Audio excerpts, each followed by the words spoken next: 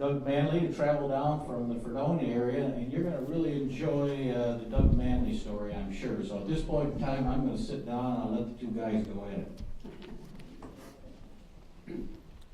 He needs a... Before I turn it over to Doug, just a few points. One is, our next event is April 1st. April 1st, it's going to be here. It's going to be 6:30. It's an April Fool's special. Everybody has been asking who's going to talk, who's going to be participating. And the reality is, see everybody in the room here? You all are. You're all part of the show. Details to follow on April 1st. Also, next time I come back down there is on May 22nd. Actually, this will be fun. May 20th, like I said, May 20th. It's Tuesday, May 20th. And it will be with Miles Lasser. Miles Lasser, certainly known community participant, but what you probably did not know that for a period of time, Miles, who's a connoisseur of jazz, actually had a radio program on WJTM called, whatever it was called, Little Light Music or something like that. But so that evening's going to be a conversation with Miles Lasser, just entitled All That Jazz. So wherever we go with that, I'm not sure, but Miles is certainly willing to do that. I'm thrilled. We're going to interview Mr. Manley, who I've known for a long period of time, professionally, personally, and he's an original. And I don't want to even do his biography. Some of it was in the paper, because we'll extract it from him during the course of the interview. So, Doug, welcome. Thank you. Do I have to hold this thing all the way through it? Probably. Okay, all right. Hold on, I got to turn on too. Well, While I'm doing it, do you have you know, Doug, yesterday, in case you probably didn't know this, but it was St. Patrick's Day. oh, was it now? Yeah. Oh, Jesus, that comes as a surprise. Any reflections on St. Patrick's Day? Well, no, but I have a story. Have a story, okay. Okay. Well, it was about two Irish brothers, 4 years old and 6 years old, and they were getting ready to go down to breakfast. And the 6-year-old said to the 4-year-old, you know, I think we're getting old enough to cuss. He said, I'm going to say hell. And the 4-year-old said, oh, that sounds like fun. He said, I'm going to say ass. So they went down to breakfast, and the mother turned to the 6-year-old and she said, and darling, what would you like for breakfast? He says, oh, hell, I think I'll have some Cheerios. Well, she whacked him in the mouth and she said, you go upstairs and don't you come down till you clean up that filthy mouth of yours.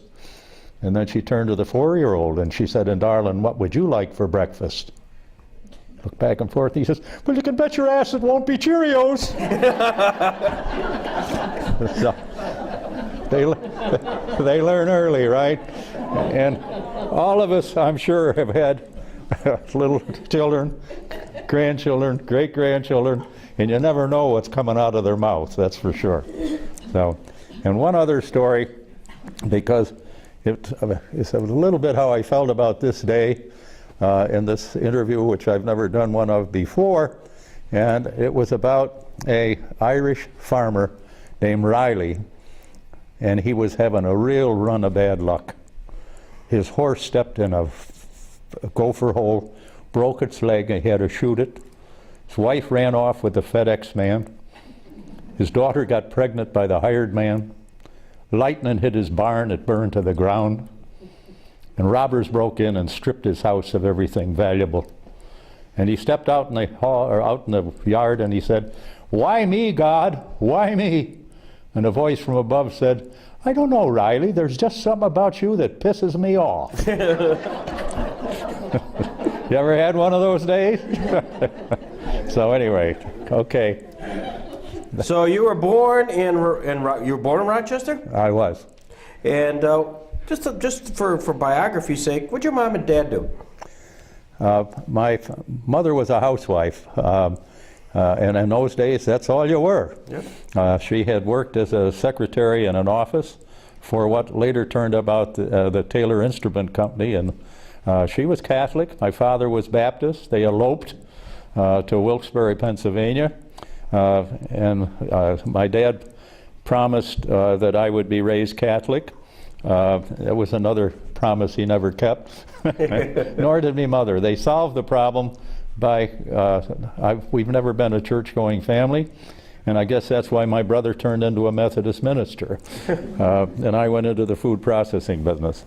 But to answer your question, I can't even remember what the question was, but yes. So. Your dad, what he was, Okay, we've got the fact that he's All an right. Irish Baptist, which is really rare.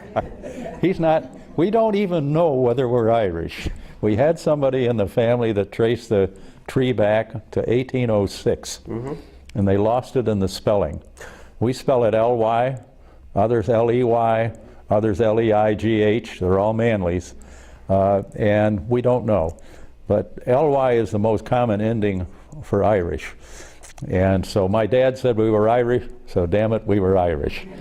And my father, when I was first born, was superintendent of the Curtis Brothers Canning Company on St. Paul Street in Rochester.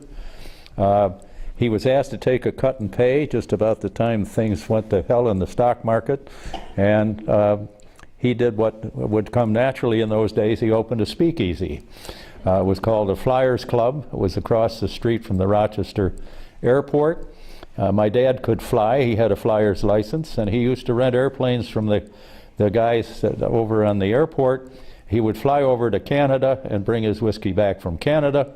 So he said he served the only legitimate whiskey in all of Prohibition. He did that until Prohibition was repealed. And at that time, he became the manager of the Liederkranz Society in Rochester, a German singing society, which is still in existence in a small way. And my dad managed that until World War II started. He had opened a restaurant in 1940, and when the war started, it was 8 miles out of town. Gas rationing came along, and that ended that. And a fellow that he had worked with at Curtis Brothers had gone down to the Department of Agriculture to work there, and Dad went down and became in charge of warehouse for Lend-Lease food products, and he spent the war there. When he came back, he moved to Minnesota and became a salesman, and then went back and became a court calendar clerk in the county of Monroe. So he had a varied career from being ready to be put in jail to helping others be put in jail. So anyway, I have a wonderful story about my dad, and he was 76 years old at the time, and he was living in Sun City, Florida, a retirement community where the women outnumber men about 10 to 1, and he was a widower, and he had to have a laryngectomy operation, and he had to learn to talk with a voice box. And he'd always been a great, gregarious, outgoing talking, and my brother and I were afraid what's going to be like when he can't talk right again. And so I called him up on the phone, and I said, "Dad, how are things going?" And he said, "A lot of ladies with casseroles." And I said, "Gee, that sounds great." And he said, "Pain in the ass." And I said, "Well, what are they after you for?" And he said, "I'm the perfect catch." And I said, "What do you mean you're the perfect catch?" He said, "I can drive and I can't talk. All they want is a chauffeur." So we knew he was okay. And that's a true story. And I go around to 4 assisted living places over in our end of the county. And I tell that story every month, and I go in and we get a laugh every month. We can all visualize, I think, that. So anyway, he lived to be 84. So. Well, I can see that some of his gregariousness rolled into you. When you were in Rochester, you ended up in the service. Yeah, it's kind of interesting because when my dad opened that restaurant, Mom and Dad moved to the restaurant and there were housing up above it. And during the Depression, we used to move every year because you got 1 free month's rent with a 1 year's lease. And my brother and I would go to School 37 one year and School 44 the next, back and forth. And when I entered high school, we had moved out into the country, and I started high school in Brockport. And I wanted to finish the same school in high school. And when my parents moved back to the restaurant, it wasn't a particularly good place for me to be living up over a saloon or a bar anyway. So I said, if I can take care of myself, can I stay in Brockport? And they said, sure. Not thinking I could. But it was a college town, and the war was beginning by then, and so nobody asked your age about working. And I got a job for the second semester taking care of a house for an old woman and her elderly daughter. And I took care of the house, mowed the lawn, fired the furnace, did whatever needed to be done, and I got room and board. And on the summers, I would work on a cousin's farm down on the Redmond Road off Hamlin. And then during the, when school started again, I moved into a college boarding house, no dormitories back then. And there was a food processing plant across the street where they put up frozen sliced apples. And I had a job, after I finished my homework at night, I'd go over and clean up that factory at night. And to tell you a little side story of that, my dad came through town one night. I was down the pit shoveling skins and cores into a conveyor belt. And he looked down in the pit and he said, son, you got nowhere to go but up in this industry. But at any rate, I finished high school there working summers on the farm and winters at the, I then moved to the Brockport Cold Storage. And there's another side story with that. One summer in 1943, I was the gopher for Clarence Birdseye. Really? Clarence Birdseye is the guy that Birdseye Frozen Foods are named for. That's a real name. That was his last name. He had sold out to General Foods, and he was doing experiments at the Brockport Cold Storage on freezing other products. And I was his gopher. I would put the samples in, take them out, and he would jot down all of the results and so on. So I got a really early start in the food processing business. At 17, I enlisted in the Navy. Folks, I think by that time weren't used to having me around, didn't think I would didn't even know who I was. But at any rate, I went into the service, trained at Sampson Naval Base, did my boot camp there, and then out to San Diego, where I got my rating in gunfire control. Was our job to aim and fire the big guns. And I went over by troop ship to Ulithi Atoll, was transferred aboard a destroyer, Alt DD-698, and we arrived off Okinawa just when the Okinawa campaign was going on. So I was in on the last 6 months of the war. We shot down some kamikazes, that was our job. And on the day that the peace treaty was signed, we were asked to take an admiral in because he wanted to be aboard the Missouri when it was signed. And we pulled up alongside the Missouri. And my battle station was in the main battery control right over the bridge. So it brought me quite level with the deck of the Missouri. Wow. And I was able to see and hear the whole thing going on. And I wrote a letter home, and you were allowed to get, you got 4 envelopes, and those envelopes had down in the right corner a picture of a Japanese flag with a big black X stamped on it. And I still have a copy. I tell jokes better than I tell something sincere, as you may have noticed. It's a bit of the Irish coming out, sorry. Yeah. We were, as you know, well, you maybe don't know, but at the Jackson Center, we've been interviewing World War II vets, and obviously you've touched a bunch of points. Your job and rated gunfire, the big guns. So I'm visualizing kamikaze pilots. You know they're coming, and you're shooting like hell. Describe the experience. Well, we had, and this story I have to clean up just a little bit, but these are Lutherans. It's okay. Well, we were. Sorry. What we did was called picket duty, and they would put us about 15 miles offshore, and the fleet would be about 30 miles offshore. And the fleet consisted of the battleships, the cruisers, and the most important of all, the aircraft carriers. And it was our job at the 15 miles out was to shoot the kamikaze down before he got out to the big important ships. And destroyers had more gun power per foot than anything floating. And what we had for shooting at them were what we call twin 5-inch 38s. That means the diameter of the barrel was 5 inches. 38 times longer than that was the length of the barrel, and the projectile that was sent out was about this long, and then a bag of powder went in behind it. And there were 3 turrets like that, so there were 6 of these barrels that could fire. And a gunfire controlman's job was to be up in a revolving caboose, I guess you'd call it, up over the bridge.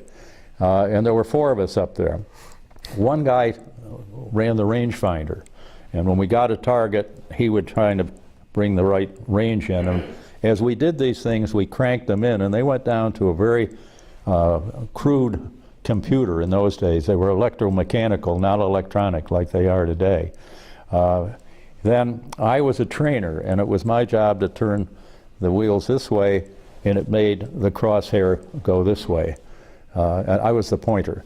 And the guy alongside me cranked this way, and he made the thing go up and down. So when we brought all 3 of those things together, the crosshair and the rangefinder, that information was all in the computer.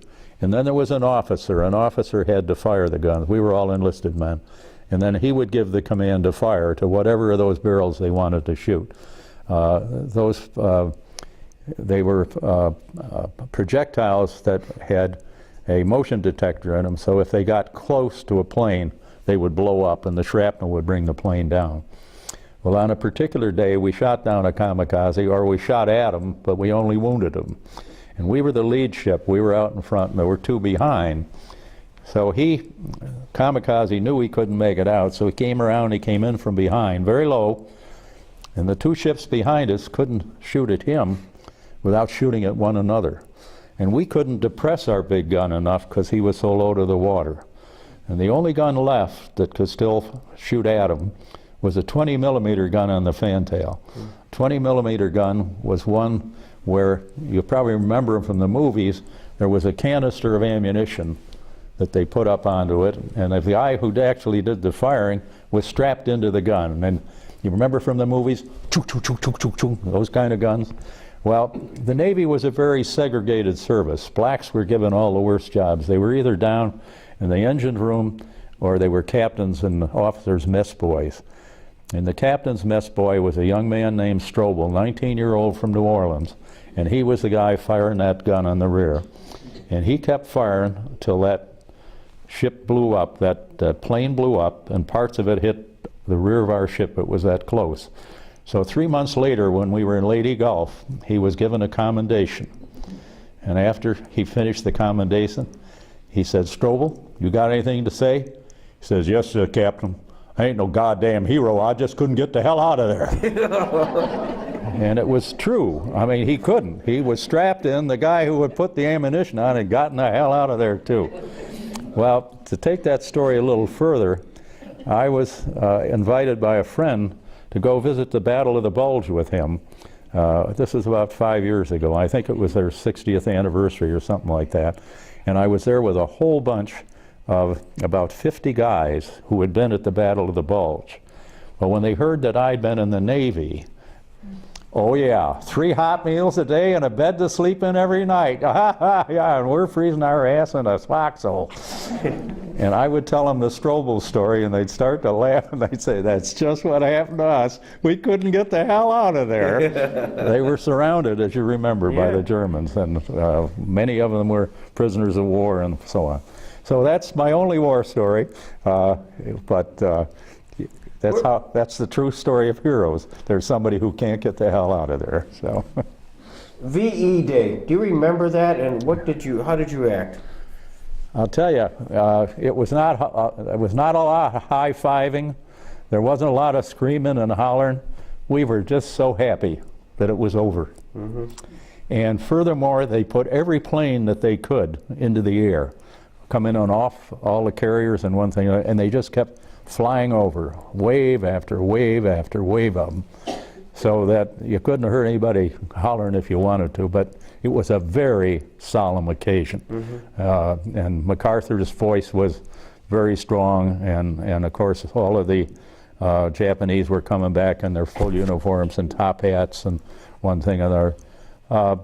And my friend Rocky Duino tells me it was not a signing of a peace treaty, it was an end of combat, and then later the peace treaty was signed. But that was the end of the war as far as we were concerned, and it was a monumental, unbelievable relief. Because I tell you, living aboard a destroyer was not a piece of cake. We had the longest time at sea of any fleet off the Okinawa campaign. We were 80 days that we never touched shore, and that we were supplied by supply ships coming up and bringing us oil and one thing and another. So, and if any of you have ever visited the Maritime Museum up in Buffalo, there is a destroyer of the same class that I was on, the Franklin class, and I take visitors, particularly my kids and grandkids, to see it. What's the first thing they say is, "Where did you sleep?" And the answer is in bunks, about 18 inches apart. And you were either on top of some fuel oil, or you were on top of some ammunition, or on the other side was some seawater. And they called them tin cans for good reason. The armor plate was only that big. We were just a real fast set of guns. That's what we were there for. When you were outside Okinawa, did you get a sense that your progress was being made? I mean, that was a tough campaign.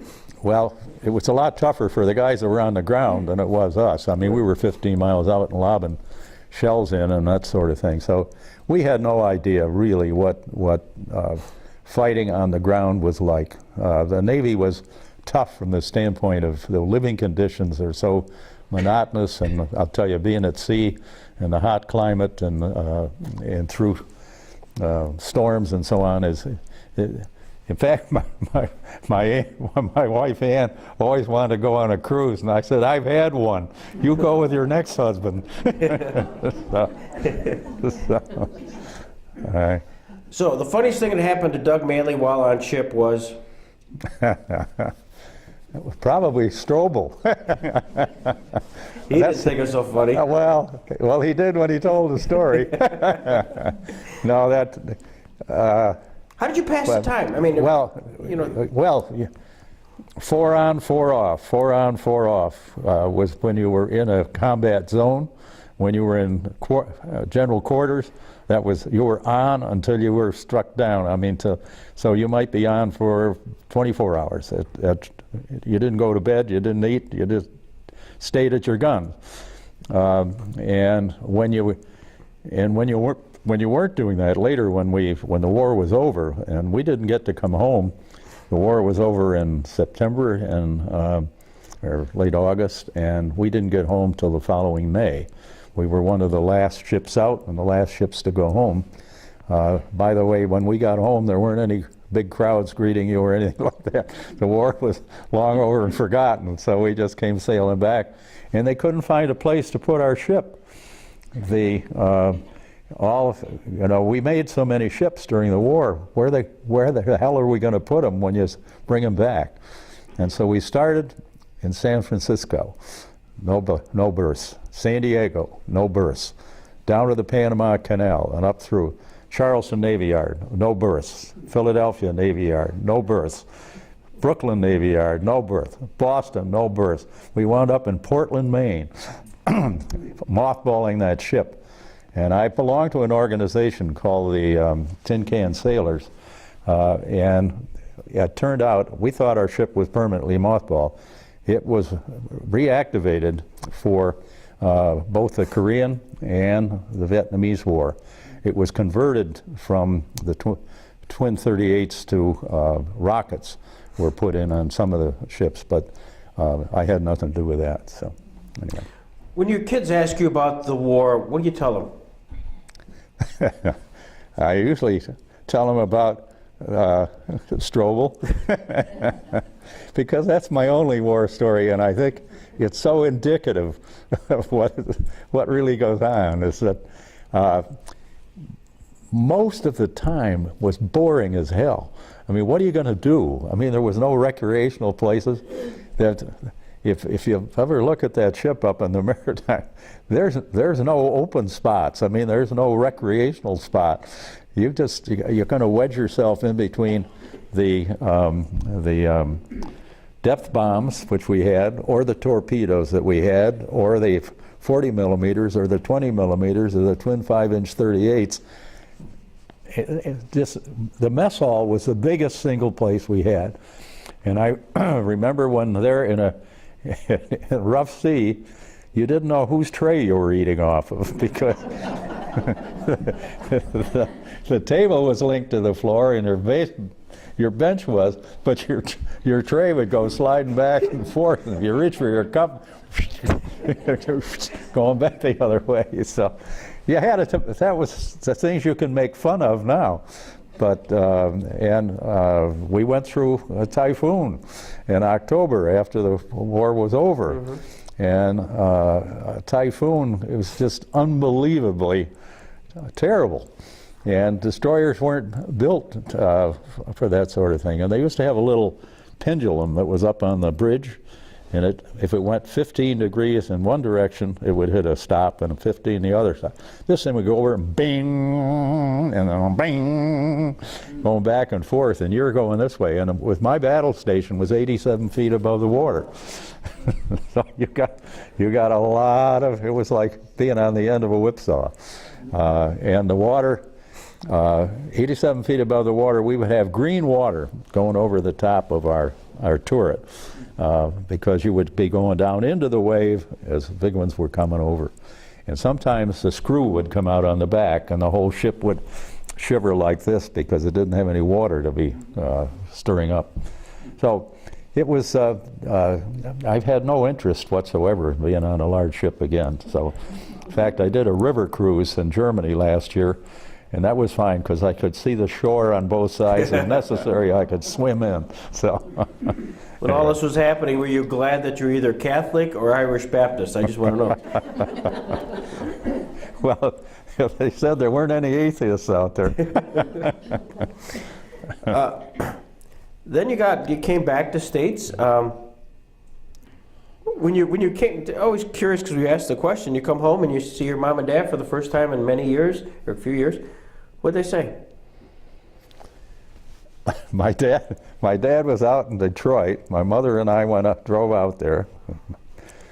I don't know where we got the gas. I think gas rationing was still on, and we went up to his hotel room, and we all had big hugs and one thing and another. And he poured a drink for himself and Mom. I was 19 at the time, and I said, "How about me? Am I an orphan?"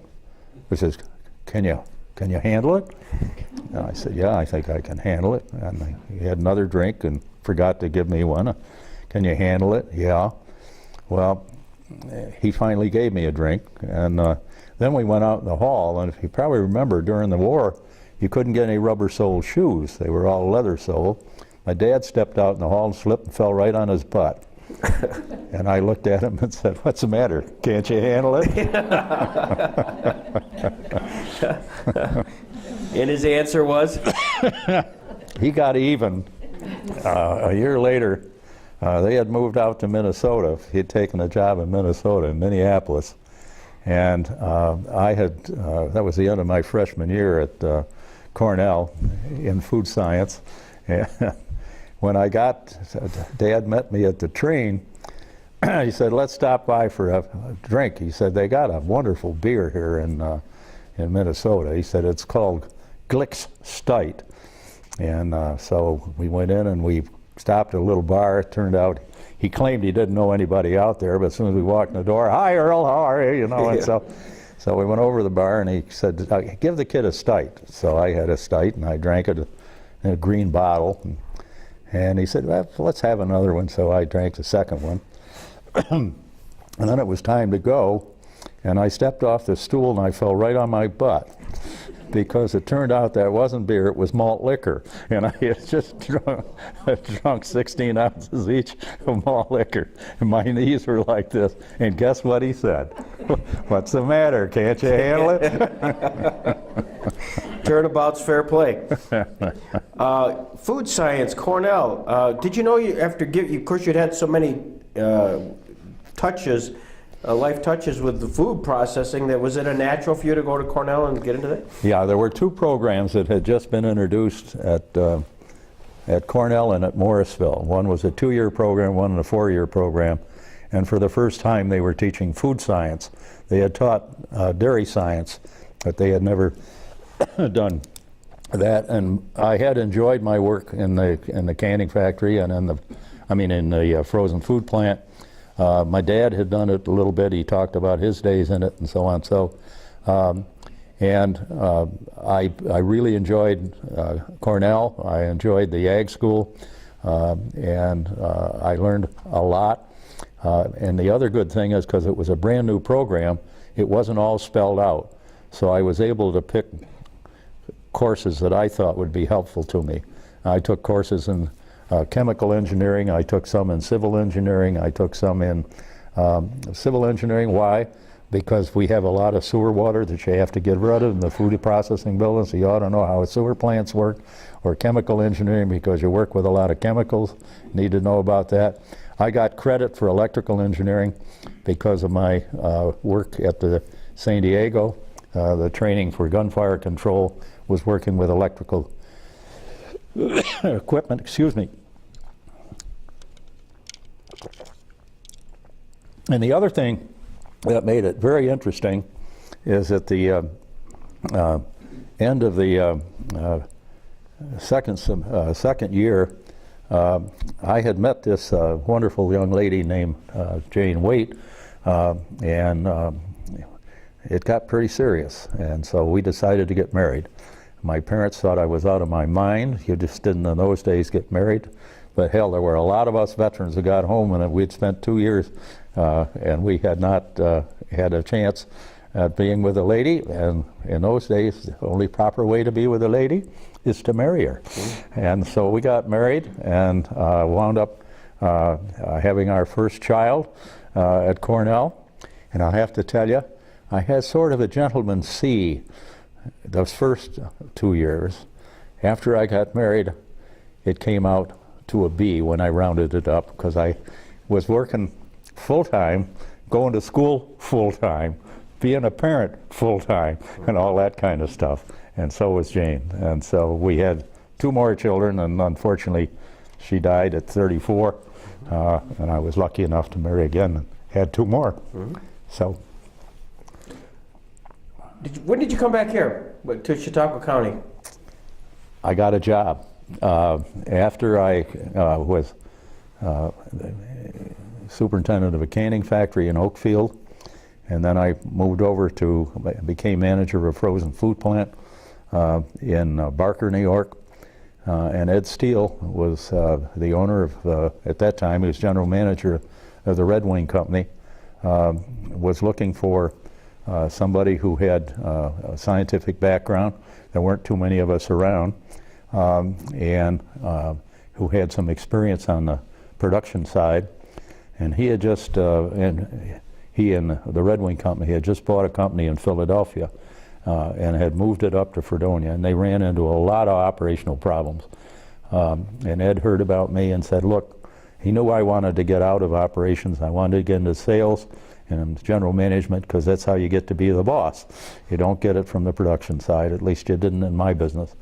And so he hired me, and for the first year and a half, I worked on straightening out production problems. At the end of a year and a half, I was put in charge of sales. I hadn't sold a damn thing in my life.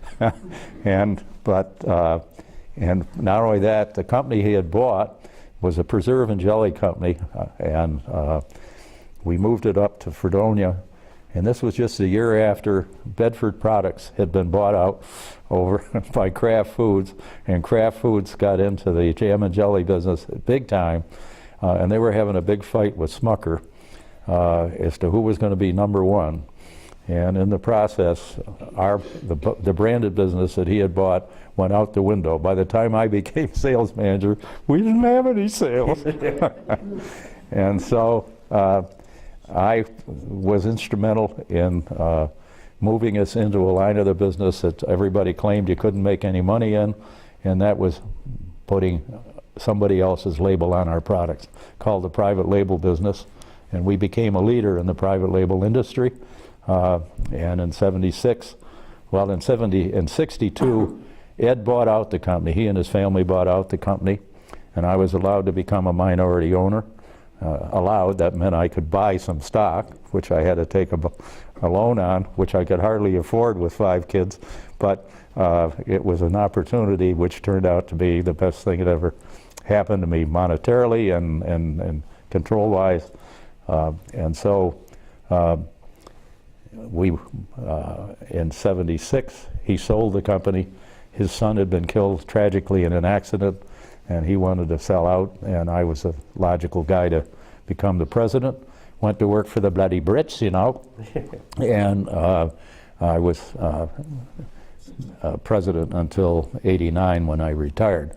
And after that, I did 20 years of overseas volunteer work in the food processing field in former communist countries and one thing and another. So the food business was been my life, really. Excuse me. And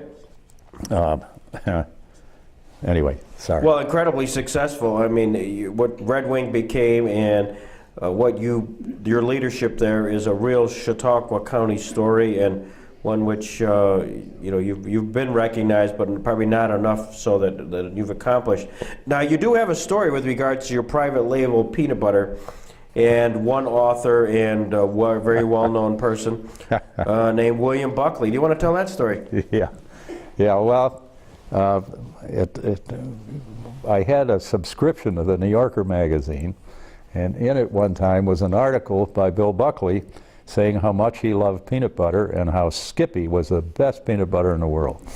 And I called my sales manager in, by that time I was president of the company, and said, send him a case of our product and tell him and see if it isn't the best peanut butter he's ever had.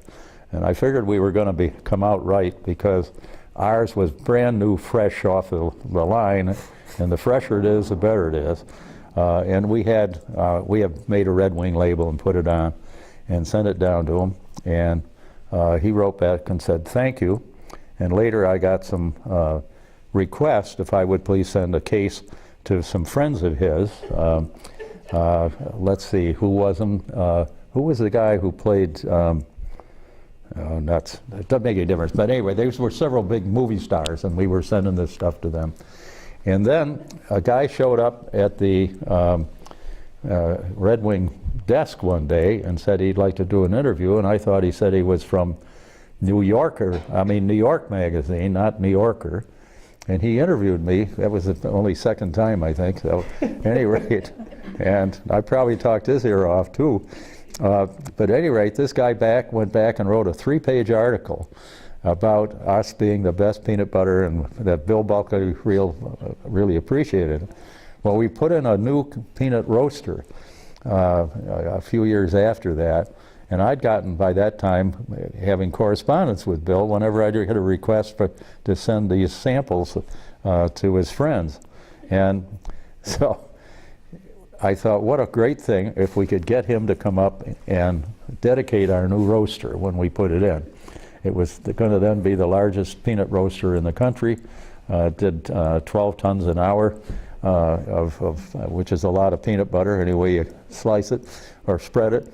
And I got a hold of his secretary and said, we'd be happy to send our Red Wing airplane down to pick you and your wife up, bring you up to Fredonia, and we'll have testing, and if you'll give a little speech about Red Wing peanut butter. He said, it sounds like fun. So we had our little twin-engine plane go down and pick them up at the airport outside of New York and flew them up. We had made arrangements with Woodbury Wine to have a special luncheon, and they did a lot of work as to which white wine went best with peanut butter. So we had peanut butter and jelly sandwiches. And Buckley had a ball, and we did too. And he got up and gave a speech in front of all of our employees, night shift and day shift, to say, the communists have been trying to steal all our secrets, but the one secret I hope they never get is the secret on how to make Red Wing peanut butter, and that was great cheering among all the employees and so forth. And he and I stayed friends with correspondence, including a number of other things. But I had a wonderful letter from his son after he died, and his son said, "You would be pleased to note that when they closed the casket, he had alongside of him his Holy Bible, 2 jars. By that time, we had made up a label for him of Bill Buckley's Best." Oh, wow. And he said, now he has gone to the afterland, best equipped for the life hereafter, or words to that effect. Oh, that's terrific. That's a great story. So I had a lot of fun. So You getting bored? we probably need an Irish story at this point. Do you have one? Yes. That's like throwing chum to a shark, you know? Well, I have to think a minute. My wife's favorite Irish story was about an Irish truck driver who got his big semi-truck stuck under a bridge. And he got out of the truck and he was walking around the truck wondering what to do, and a cop came up and said, "Are you stuck?" He said, "No, I was just delivering this bridge and I lost the address." Irish logic. Yeah. So, You got another? no, well, I think you must be getting tired of listening, aren't you? All right, so what time is it? Yeah. Yeah. Were you on the clock? Well, Usually the lawyers no, are on the clock. No, well, I just didn't want to bore people too much, so it's all right. So, okay, right. Well, one of the stories that I remember, and this goes back to when Arthur Godfrey had a radio show. Now, you know how far back that is. And one day, they told this story on his show, and I've been telling it now for probably 60 years, and it was about an Irish-American girl from Boston who went down to New York City to study acrobatic dancing. And when she came home for the first semester, she, being a good Catholic girl, being an Irishman from Boston, went to confession. When she went early, so she knew it wouldn't be crowded, and she wore her leotards and her sneakers. And after she finished confession, the priest said, "You know, I've always been interested in that acrobatic dancing. Could you be showing me some of the steps you've been learning down in New York?" Oh, she said she'd be happy to. So they went out into the vestibule, and she started doing front flips and back flips and things you wouldn't believe. And just then, 2 of the old Irish women in the parish came walking in. One looked at the other and she said, "Oh, me God, will you see what the Father's handing out for penance, and me with me torn bloomers on?" Now, that was a pretty raunchy joke in those days, let me tell you. So. Gets a lot of mileage today. So. Doug, what's the question you thought I'd be asking you tonight that I haven't? I can't think of any you haven't asked. So, well, first my family. I have 5 wonderful children. My oldest child died of AIDS at 86, but I have 4 living children. I have 10 great-grandchildren, grandchildren, and 8 great-grandchildren. And it doesn't look like there's any end of that's coming. I've got a lot of still attractive young ladies that are out there that aren't married up yet, so that could still keep growing. And every 5 years we get the whole family together, and we go down to Naples, or actually to Sanibel Island, and we bring the whole crew for a week at Thanksgiving, and we got to plan it 5 years ahead in order to get them all there. But we have a ball. But I think I've got to stop it because the last one was 2 years ago, and then all of a sudden, no, it was only about 9 months ago, no, 12 months ago. At any rate, all of a sudden I got 4 new great-grandchildren. You know, I don't know whether there's anything connection there or not, but the timing is suspicious.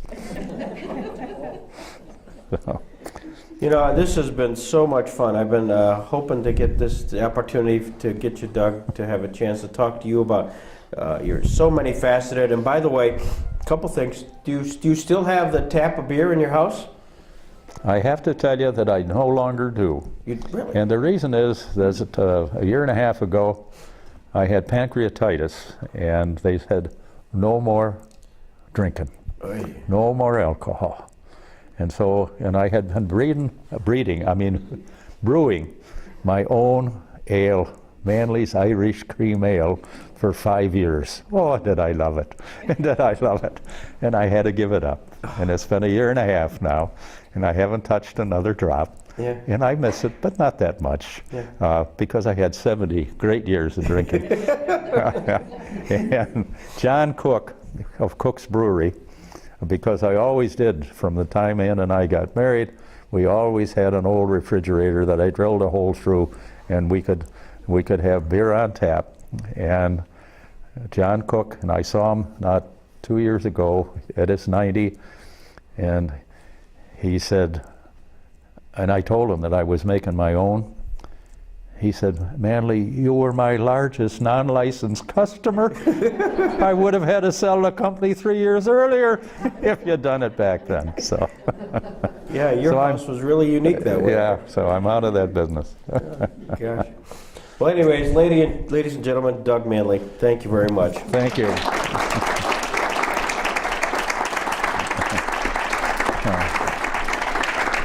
Thank you for your patience. Let me untether you.